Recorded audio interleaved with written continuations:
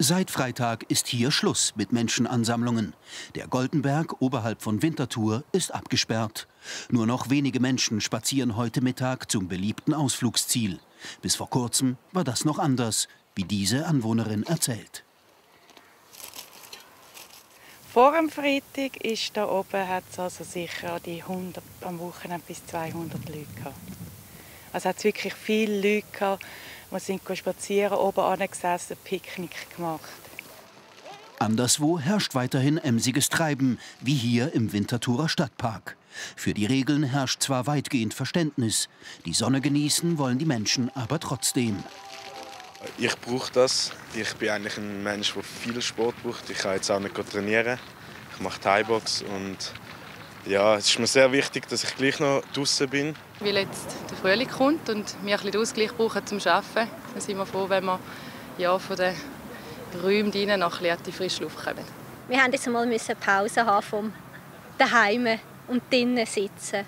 Insgesamt sind aber deutlich weniger Menschen unterwegs. Das zeigt auch eine repräsentative Auswertung basierend auf Handydaten.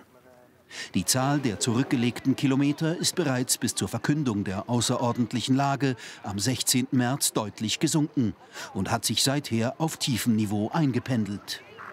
Der Experte erklärt gegenüber 10 vor 10, eingeschränkt hätten sich vor allem die Jungen, jene Gruppe, die sonst in der Freizeit am aktivsten unterwegs ist.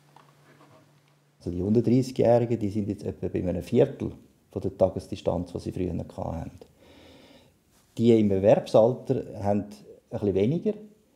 Dort ist man etwa bei einem Drittel von der früheren Tagesdistanz, was natürlich eben auch damit zu tun hat, dass die zum Teil noch arbeiten. Das schöne Wetter lockt jedoch die Menschen allmählich wieder ins Freie, wie hier beim Flüeler-Pass, der am Sonntag gesperrt werden musste. Im gestrigen Sonntag der CH Media wurden erneut Forderungen nach einem Corona-Ausstiegsplan laut. Viele Leute warten darauf, dass der Bundesrat anfängt zu differenzieren. Das Verständnis für all die Massnahmen sind nicht überall gleich. Gewisse Tätigkeiten, denke ich, könnte man langsam wieder auftun. Zum Beispiel ein Gartencenter, das draussen ist, wo man die Abstandsregeln gut einhalten kann. Auch in der Bevölkerung gibt es Stimmen, die vom Bundesrat Lockerungen fordern. Gut wäre schon, wenn man ein bisschen weniger drastisch wäre, wenn wieder ein bisschen etwas von den Läden offen wäre. Ich fände es schade, wenn es jetzt schon aufgeht, weil es ist ja noch nicht so sicher für die älteren Leute und für auch uns. Ich denke, Geduld lässt wahrscheinlich schon langsam nach.